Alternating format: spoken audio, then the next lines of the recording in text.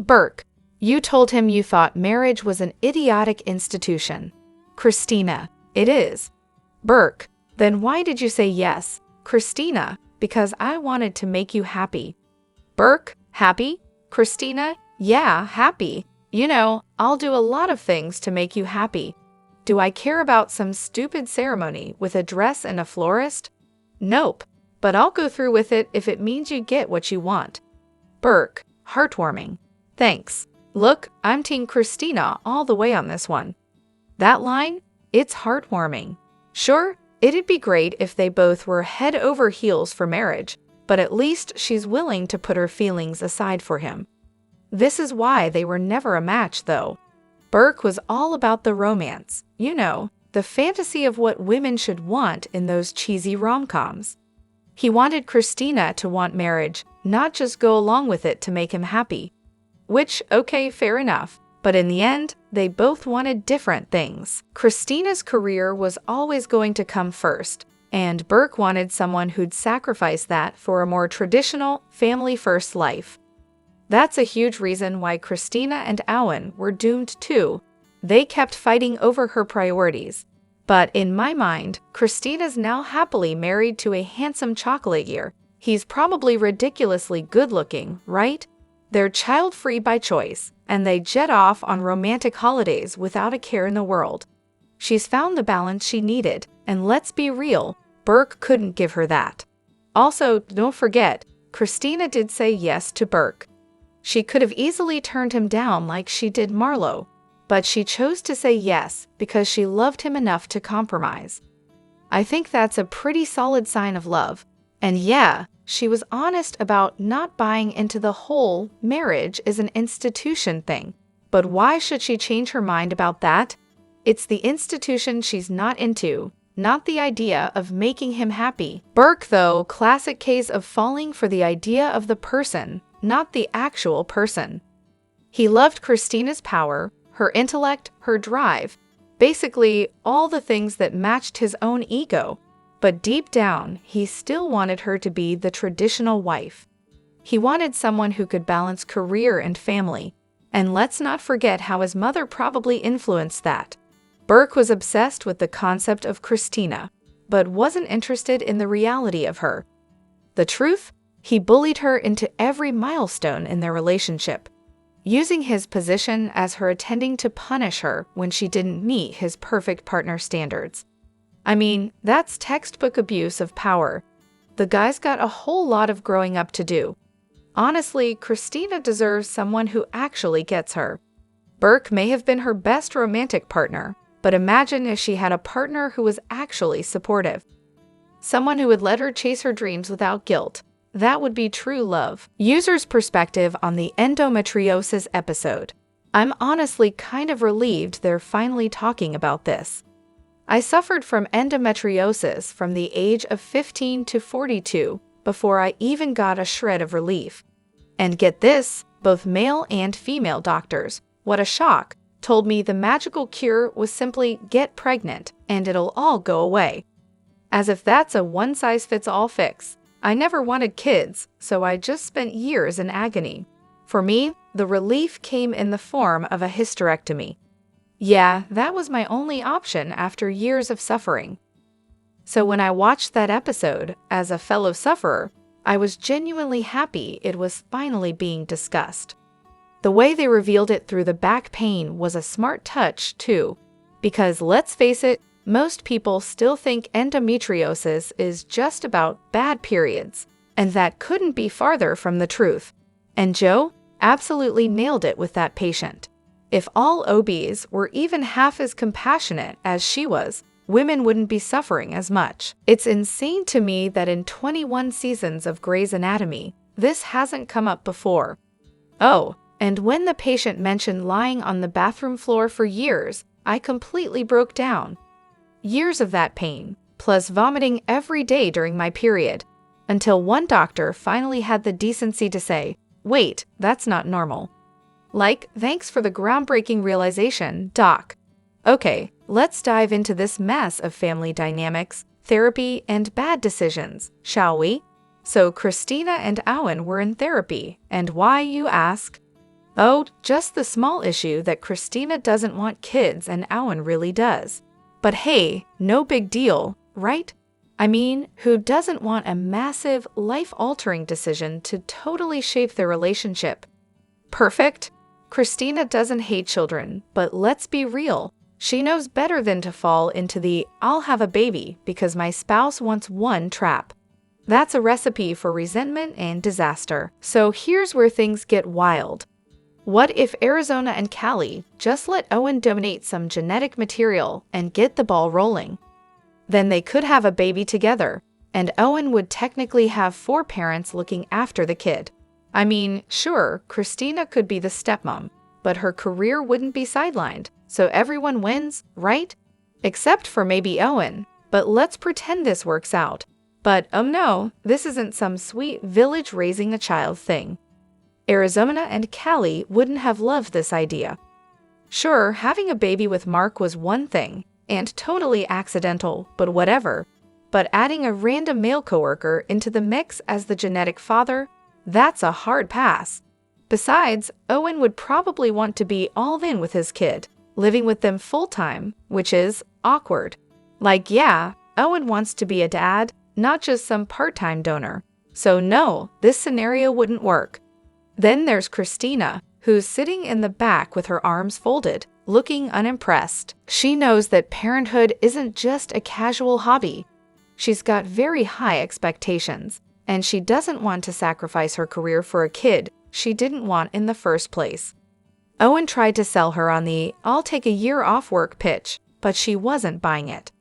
"Oh sure, I won't even notice the baby around." Christina was like, "What the hell?" Being married to someone with a kid means you're kinda a parent too, whether you want to be or not. And let's not kid ourselves here, Christina and Owen just weren't a good match.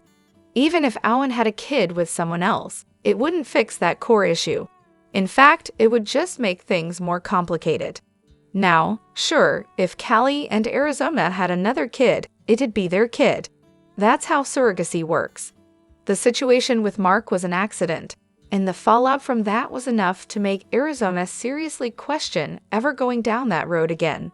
So nope, no random sperm donations from Owen. Thank you very much. Also, Owen, bless his heart, wanted the full experience of fatherhood, not to be some absentee, 1/4th parent. And Christina, she's got standards. She knew there was a difference between being the fun aunt and being a stepmom. Huge difference. Trust me, I'm the family fun aunt, and there's no way in hell I'm signing up for mom duties, step or otherwise. This whole thing? Yeah, it would have been a disaster. Everyone would have ended up losing more than they gained, and Owen? He just couldn't wrap his head around Christina not wanting kids. He thought having them would magically change her. Spoiler, it wouldn't. He'd eventually be upset when she skipped recitals for surgery, and their relationship would hit another bump in the road. All of them. Just an emotional train wreck waiting to happen. So yeah, pass on that whole idea. Just a hard pass. Sure, here's a rewritten version with a sarcastic tone. The speak of the devil trope, where someone just happens to overhear a conversation or appear at the exact moment they're being talked about, is an easy way to stir up drama.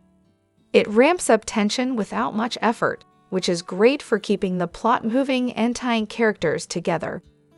But when it's used constantly, it starts to feel like lazy writing. Instead of letting secrets or feelings come out organically, the show just relies on perfect timing. Timing that's so perfect it feels more like a stage production than a real hospital. By season 3, it was practically a given. If someone's whispering something juicy, you know it's about to be overheard, often by the very person they're talking about. Case in point, Addison showing up at the exact moment in the elevator with Derek and Meredith. Or the classic, "Oh look, the elevator doors open right when the drama is reaching its peak" move. It became so predictable, it was like the show was daring us to notice. I mean, it's a huge hospital. What are the odds that the person you're talking about is always right behind you? In the season 20 finale, Richard Webber performs surgery on Garrett Oates. The procedure is a tense moment, and once it's over, Winston Dugu doesn't hold back in his critique.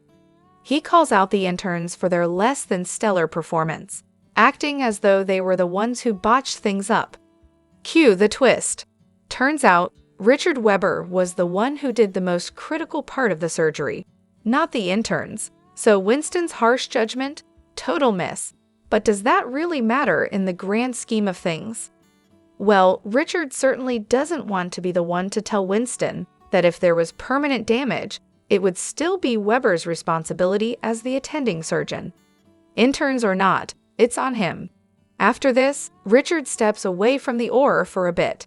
It's a bit of a symbolic break, but don't worry, he's not done. He heads to the skill lab with Winston, does some training, gets back in the groove, and bam, he's ready to hit the OR again. So all's well that ends well. Except Winston probably still doesn't know he totally missed the mark on the whole intern thing. So I'm on season 6 now, doing a thorough rewatch of Grey's Anatomy, first time ever, because I've only watched it in chunks before, and I have to say, I really don't get the whole Chief and McDreamy friendship. Let's break this down, shall we? At the beginning, Derek says he only came to Seattle because Richard offered him the chief position. Okay, fair enough. Then Richard announces he's retiring, and there's a whole drama about who's going to take over. Derek's all, me, obviously, but then, plot twist, Richard decides he's not retiring after all. Fast forward to last season, and suddenly the hospital is sinking like the Titanic, and Derek's being approached by the board to be the chief. Richard, in classic Richard fashion, suddenly decides he needs to fight harder for his job. Cue the merger drama, yada yada yada. Now, in season 6, we're dealing with Richard's alcoholism again. We see him drunk, and I haven't quite gotten to the part where he either goes to rehab or retires yet. But here's the thing. Meredith and Richard are mad at Derek for reporting him to the board about the drinking. Really? They're mad? Like it's Derek's fault Richard's a liability? Because newsflash, he is. Derek should absolutely report it, and if Derek's ambition for chief is a factor in that decision, fine. Still doesn't change the fact that Richard is an alcoholic and the hospital's in danger because of it. But here's the real kicker. Why is everyone acting so surprised that Derek wants to be chief? He literally came to Seattle for that exact reason. The show made it crystal clear from the beginning. Why is this suddenly some huge betrayal? Are they forgetting that Derek always wanted to be chief? And don't get me started on Meredith. Why is she suddenly all invested in what happens to Richard? She's mad at Derek for wanting to be chief, like that's some sort of evil thing? Newsflash, Meredith, your husband's been pretty clear about his ambition since day one.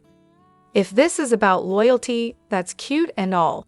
But Richard being an addict and putting the hospital at risk is a much bigger issue. In short, Derek's not being selfish for reporting Richard. He's being responsible. And Meredith's little loyalty speech? Please. Richard's been acting like a textbook addict, and somehow Derek's the bad guy? Makes no sense. But hey, keep watching. They'll eventually get their heads out of their butts. So remember that intern Kwan showed around the hospital in season 21, episode 16. Yeah, the one who casually drops that she was in an MVC when she was 5. Because, of course, that's how you start a conversation, by sharing your traumatic childhood memories while you're being given the grand tour of a hospital, right? And if that wasn't enough, she's basically begging for behind-the-scenes access like she's some kind of VIP. Anyone else think she's just a little too involved for a newbie intern? It's almost like she's being set up for something bigger, maybe even tragic, especially with all the rumors about the season final. That MVC. Oh, it just happens to be around the time when Maggie and Jackson, for anyone who's not up to speed, were interns or residents. What if her mom or family died at Grace Sloan? It's like the show's hinting at a major plot twist, with her very subtle past trauma potentially connected to the hospital's history. And don't even get me started on the NICU love story they're shoving down our throats.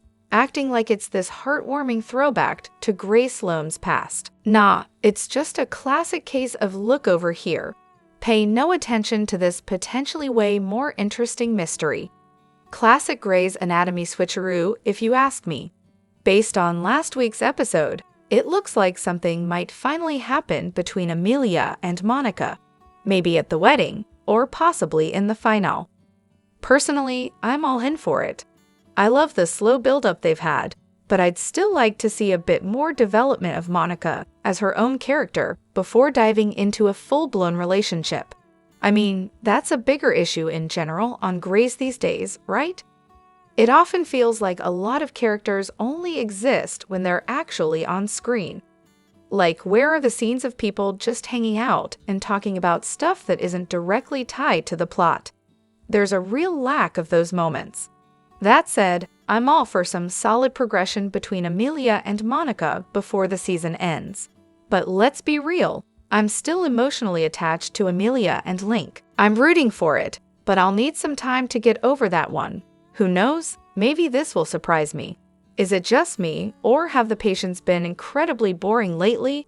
They used to actually stand out. Remember the matchmaker? She was unforgettable. Now, I can't even recall a patient who's had any real impact since then.